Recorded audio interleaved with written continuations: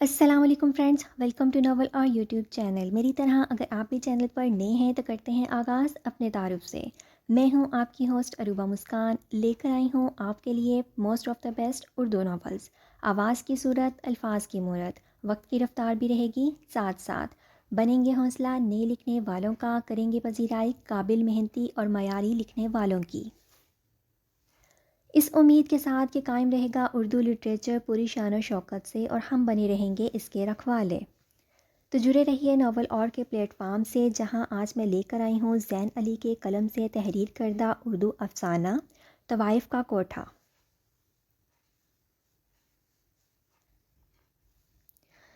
وہ اپنی کل رفتار سے بھاگ رہی تھی اور بار بار مڑ کر دیکھ رہی تھی۔ رات گہری ہو رہی تھی اور دور کہیں سے کتوں کے بھونکنے کی آوازیں آ رہی تھیں۔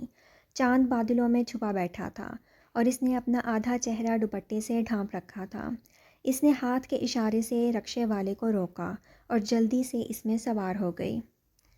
نیچے اترو باجی، اور پہلے بتاؤ جانا کہاں ہے؟ اگر مجھے جانا ہوا تو ٹھیک، نہیں تو تم دوسرا رکشہ پکڑ لو، رکشے والے نے اپنی بھدی آواز میں کہا تو وہ ڈر کے رکشے سے نکلی اور ایک طرف دوڑ لگاتی۔ اس کی آنکھوں سے آنسو ٹپک رہے تھے اور وہ منہ میں کچھ مسلسل پڑ رہی تھی۔ آخر انسان تھی، جب تھک گئی تو ایک گلی کے نکڑ پر سانس لینے کو بیٹھ گئی۔ ارے لڑکی، کدھر بیٹھی ہو؟ گلی میں گھستے ہوئے ایک بدمعاش قسم کے لڑکے کی نظر اس لڑکی پہ پڑی تو اس کے قریب آ کر مصنوعی ہمدردی سے پوچھنے لگا۔ اس کی جھوٹی ہمدردی اس کی آنکھوں سے نظر آ رہی تھی۔ ان آنکھوں سے لڑکی خوف کھا رہی تھی۔ لڑکا اس کا ہاتھ پکڑنے کے لیے ہاتھ بڑھانے لگا تھا کہ وہ جلدی سے اٹھی اور گلی میں بھاگ گئی۔ رات کے اس پہر گلی بالکل سنسان تھی۔ چلتے چلتے اس کے پاؤں شل ہو رہے تھے۔ اسے چکر آیا اور ایک لکڑی کی پرانی عمارت کے سامنے بے ہوش ہو گئی۔ ارے اٹھو، کون ہو تم؟ شاید وہ عورت عمارت میں رہتی تھی۔ صبح ہو چکی تھی اور گلی میں کافی چہل پہل تھی، لیکن کسی نے اسے اٹھا کر یہاں سونے کی وجہ نہیں پوچھی۔ جب وہ عورت عمارت سے باہر آئی تو اس نے اس لڑکی کو دیکھا تو اسے جگا کر پوچھنے لگی۔ عورت نے لہنگا پہن رکھا تھا۔ بڑی عمر کی اس عورت نے اس لڑکی کو سہارا دیا اور عمارت میں لے گئی۔ عمارت میں عجیب سی مہک تھی، باسی پھولوں اور عطر کی۔ ارے لڑکی، تم ہو کون؟ تمہیں کون چھوڑ کر گیا ہے؟ لہنگے والی عورت نے کرسی پر بیٹھتے ہوئے کہا۔ ارے بولو بھی! لیکن وہ اس عورت کو صرف دیکھنے کا کام کر رہی تھی۔ اچھا چل میرے ساتھ تھوڑا آرام کر لے، پھر بات کرتی ہوں، اس عورت نے کہا۔ اور ہاں، میرا نام کنول رانی ہے۔ میں کہاں ہوں؟ اس لڑکی نے پوچھا۔ کوٹھے پہ ہو تم، کنول نے مصنوعی افسوس سے کہا۔ مجھے جانا ہے، مجھے جانے دو۔ اس لڑکی نے پہلے تو ایک پل کو اسے غور سے دیکھا، پھر چلا کر بولی۔ آنسو آنکھوں کے کناروں پہ تھے۔ کہاں جاؤ گی؟ گھر سے بھاگی جوان لڑکیاں ایسی ہی جگہوں پہ پہنچتی ہیں، کنول نے گھورتے ہوئے کہا۔ جاؤں گی کہاں؟ جہاں بھی جاؤں، لڑکی نے غصے سے اٹھتے ہوئے کہا۔ اس کا ایک آنسو ٹپک کر فرش پہ گرا۔ نام کیا ہے تیرا؟ کنول نے اپنے لہجے کو پہلے سے زیادہ نرم کیا اور کہا۔ کیوں بھاگی ہے گھر سے؟ میرا نام شمائلہ ہے اور میں گھر سے بھاگی ہوں کیونکہ میرا باپ میری شادی ایک لنگڑے سے کرنے والا تھا اور وہ عمر میں میرا باپ لگتا تھا۔ جاؤں گی کہاں یہ تو پتہ نہیں، شمائلہ نے روتے ہوئے کنول کو بتایا۔ میں تو کہتی ہوں میرے ساتھ رہو یہاں، کنول نے اسے خوش ہوتے ہوئے کہا، اور یہاں بہت خوبصورت مرد آتے ہیں میرا مجرا دیکھنے، لیکن ارے تمہارا ہی بھلا ہے، کنول نے اسے منانے کی کوشش کی اور کہا۔ اور ہاں، یہاں اگر مگر اور کیوں نہیں چلے گا، چل اٹھ، میں تمہیں تیرا کمرہ دکھا دوں اور کچھ کپڑے بھی دے دوں، مجھے یہاں کرنا کیا ہوگا؟ شمائلہ نے بے بسی سے پوچھا۔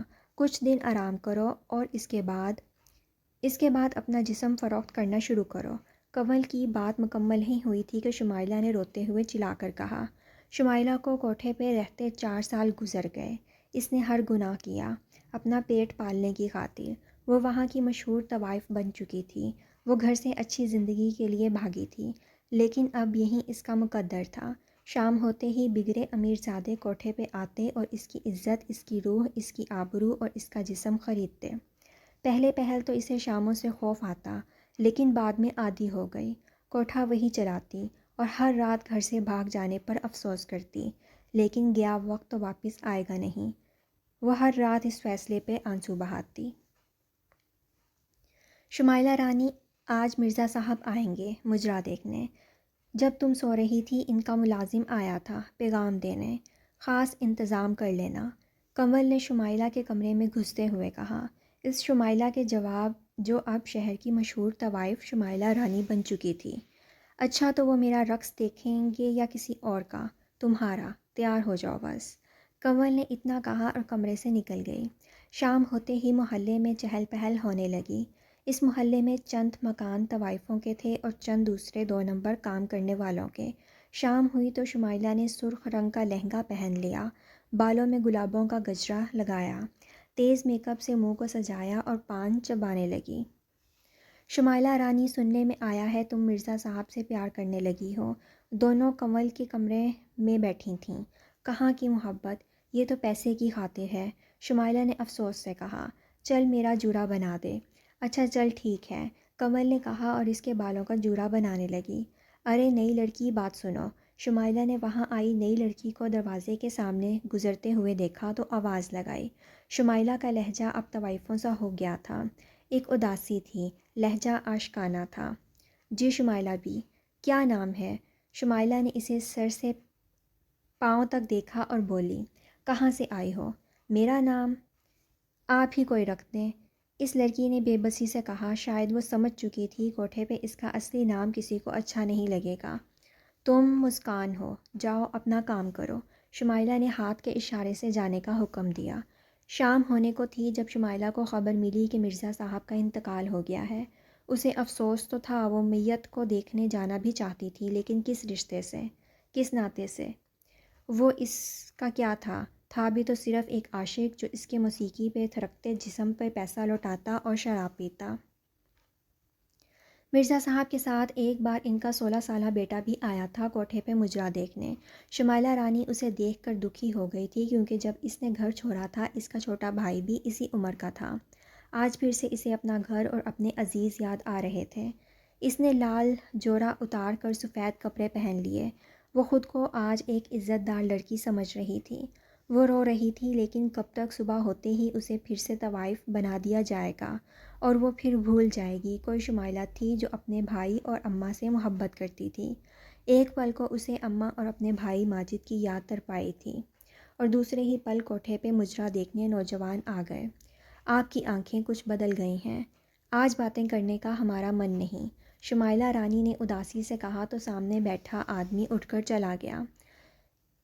ان دنوں وہ اداس رہنے لگی تھی۔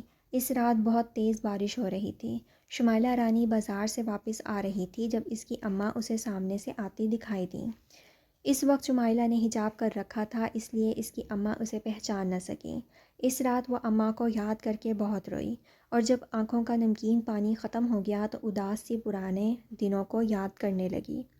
مجھے اماں سے ملنا چاہیے، اس نے بیٹھے بیٹھے خود سے کہا، اور پھر اٹھ کر کھڑکی سے باہر آسمان سے بہتی بارش کو دیکھنے لگی۔ اگلی صبح شمائلہ پھر سے شمائلہ رانی بن چکی تھی، وہی بھاری لہنگا اور میک اپ اور نقلی زیور سے لدا چہرہ۔ شمائلہ جی، آپ کو یہاں رہتے کتنے سال ہو گئے ہیں؟ مسکان نے شمائلہ کو پان پکڑاتے ہوئے پوچھا۔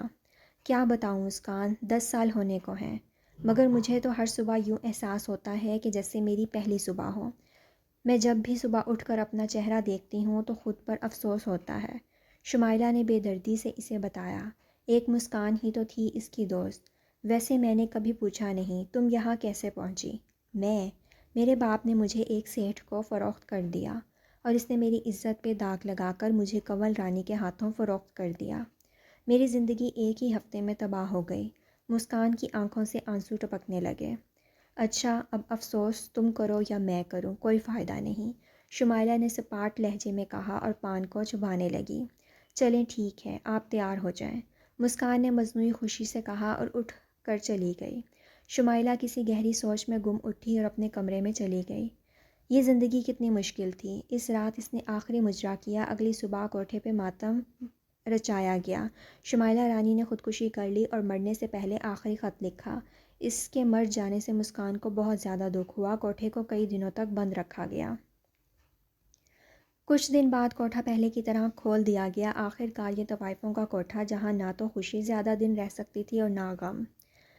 میں کہاں ہوں؟ وہ لڑکی ابھی ابھی ہوش میں آئی تھی۔ اس کے سامنے مسکان بیٹھی تھی، جسے سب مسکان رانی کے نام سے جانتے تھے۔ میں کہاں ہوں؟ بتاؤ۔ یہ ہے طوائفوں کا کوٹھا۔ خوش آمدید، مسکان نے پھیکی سی مسکراہٹ چہرے پر سجاتے کہا۔ جی فرینڈز، یہ کہانی یہیں پر ختم ہوتی ہے۔ میں امید کرتی ہوں آپ سب کو بھی یہ کہانی یقیناً پسند آئی ہوگی، اور اگر اب تک آپ نے چینل کو سبسکرائب نہیں کیا تو چینل کو سبسکرائب کریں، ویڈیو کو لائک، کمنٹ، شیئر کرتے ہوئے چینل کو ضرور سپورٹ کریں۔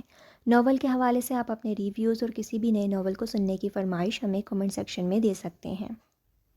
تو چلیں ملتے ہیں ایک نئے ناول کے ساتھ ایک نئی ویڈیو میں۔ تب تک کے لیے اپنا اور اپنے اہل و عیال کا خوب سا خیال رکھیں، اور مجھے بھی دعاؤں میں یاد رکھیے گا۔ اللہ حافظ۔